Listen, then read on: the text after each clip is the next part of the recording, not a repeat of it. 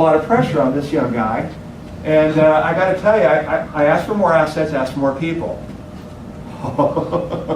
You know, does that typically happen when you simply ask? What happens?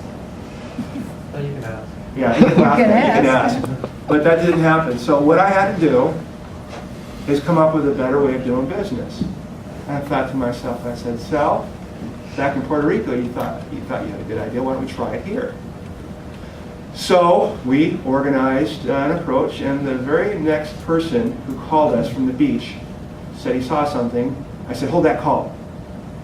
And I talked to him. He thought he saw a flare. I said, where do you live, sir? I live on the beach, blah, blah, blah. I said, listen, that's great. Thanks for the call in, but would you be willing to help us from now on? Well, sir, sure I would. You bet. And so we got his name.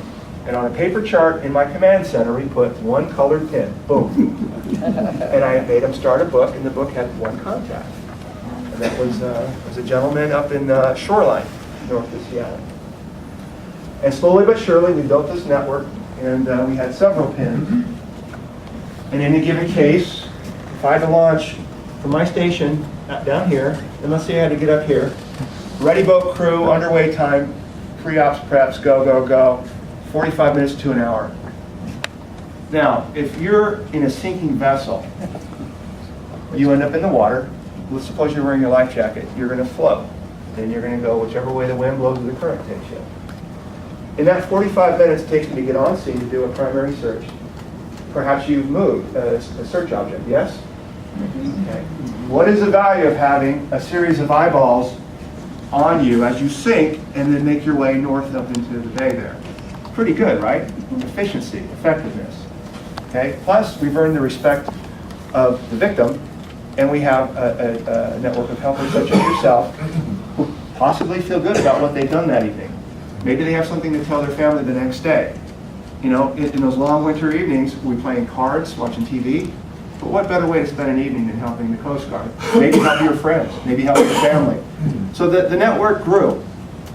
I left the area for a few years. I went to school, and I came back. It turns out the network was still alive. Those are some, the membership had kind of plateaued for a while, but the network was still alive. Why? I'll tell you why I think, is because could you ask somebody to do anything much easier than answer your phone at 3 a.m. and look out there in your maritime domain and see if you can help? I think the ease of use is critical. The networking with the Coast Guard, it's got to feel pretty good, you know? So the network maintained itself with or without me, and that was a good thought. Then 9/11 happened. And then the emphasis by the federal government and the Department of Homeland Security to network even more. The primary concern was the federal government wasn't networking amongst its own agencies. So for several years you saw documentation and probably read stories about the federal government trying to do this better with itself. Citizens were, for the most part, during those early years, somewhat left off the table. There was a call for involvement and volunteerism, but the foundation of an engagement method wasn't really embellished. The government, DOD, had to get its approach correct within itself. And I still think in today's United States, we see some residual of that Homeland Security, what does it mean?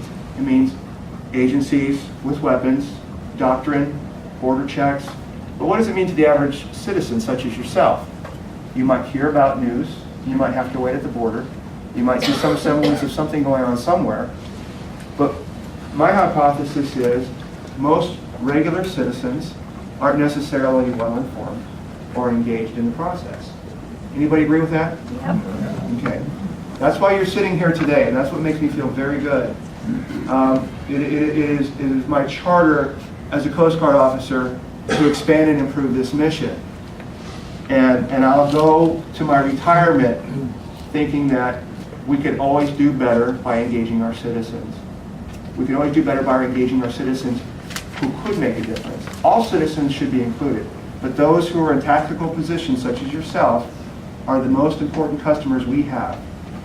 High-tech systems come and go. Satellite systems, high fences, it comes and goes. But the cornerstone of Homeland Security, information, the Coast Guard, are citizens. So that's kind of a long, drawn-out thank you, but those are my feelings on the network, and I appreciate your being here today. I have a PowerPoint here. I'm going to roll through somewhat quickly. Is there water? Anybody here in the network, a couple years ago when we did a survey, anybody take part in a phone survey?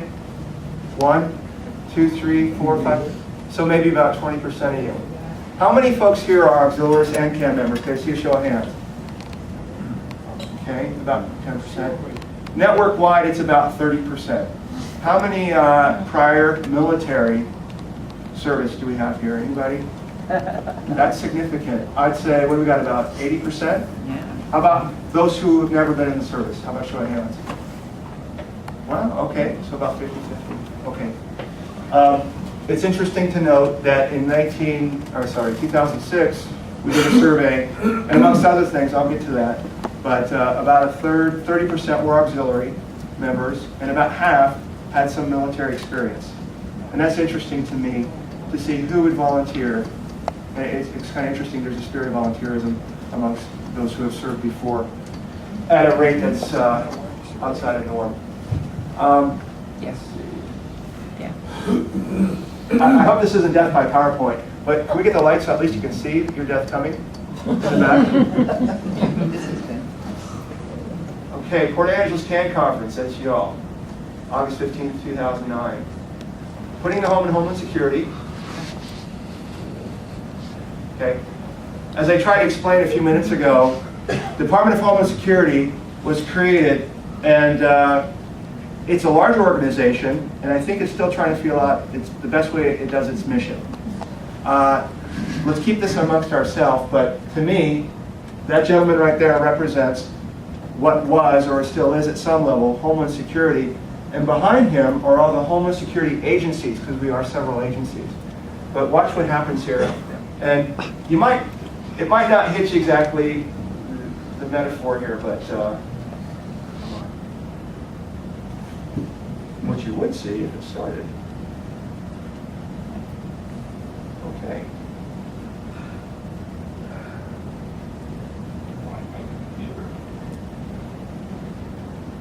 Come on. Let me tell you what happened. The Coast Guard has a secure system. You can't use thumb drives anymore.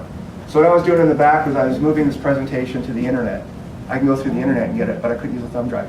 My thumb drive is connected to a video, and what you saw was a still shot of the video. But what that guy does, he's getting ready to do some martial arts, and he's got this board, right? And to me, the board is the Homeland Security mission. And everybody stand behind, very serious. He's a master, he's breathing in, breathing out. He yells, and he slams on that board. But unfortunately, he hits one side of it, and the board slams up into his head. He staggers around like this.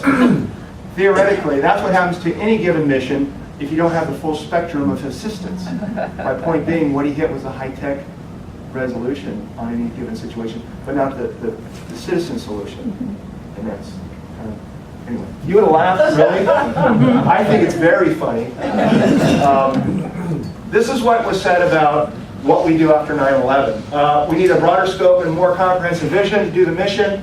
We must look beyond traditional surveillance, adapt to new opportunities. We must set priorities in developing capabilities. That comes from the National Plan to Achieve Maritime Domain Awareness. These are great words. These are fantastic words, but you are the national first and the only network of its kind in the nation satisfying this requirement for maritime domain awareness. Just, you should know that.